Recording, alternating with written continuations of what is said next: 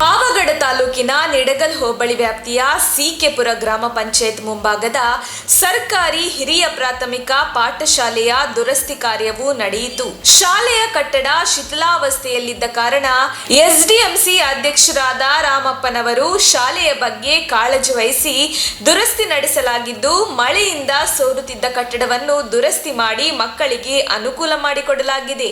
ಈ ಶಾಲೆಯಲ್ಲಿ 93 ಜನ ವಿದ್ಯಾರ್ಥಿಗಳು ವಿದ್ಯಾಭ್ಯಾಸ ಮಾಡುತ್ತಿದ್ದಾರೆ. ಇದೇ ವೇಳೆ ಎಲ್ಲ ಮಕ್ಕಳಿಗೆ ಬೇಳೆ ಎಣ್ಣೆಯನ್ನು ವಿತರಿಸಲಾಯಿತು.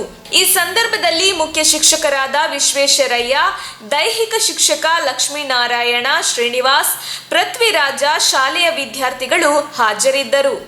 ನಮ್ಮ ತುಮಕೂರು ಮಾಧ್ಯಮದ ವಿಶೇಷ ಸುದ್ದಿಗಳನ್ನು ನಿರಂತರವಾಗಿ ಪಡೆದುಕೊಳ್ಳಲು ಚಾನೆಲ್ ಅನ್ನು ಸಬ್ಸ್ಕ್ರೈಬ್ ಮಾಡಿ. ಕ್ಷಣ ಕ್ಷಣದ ಸುದ್ದಿಗಳಿಗಾಗಿ www.nammathumakuru.com ಗೆ ಭೇಟಿ ನೀಡಿ.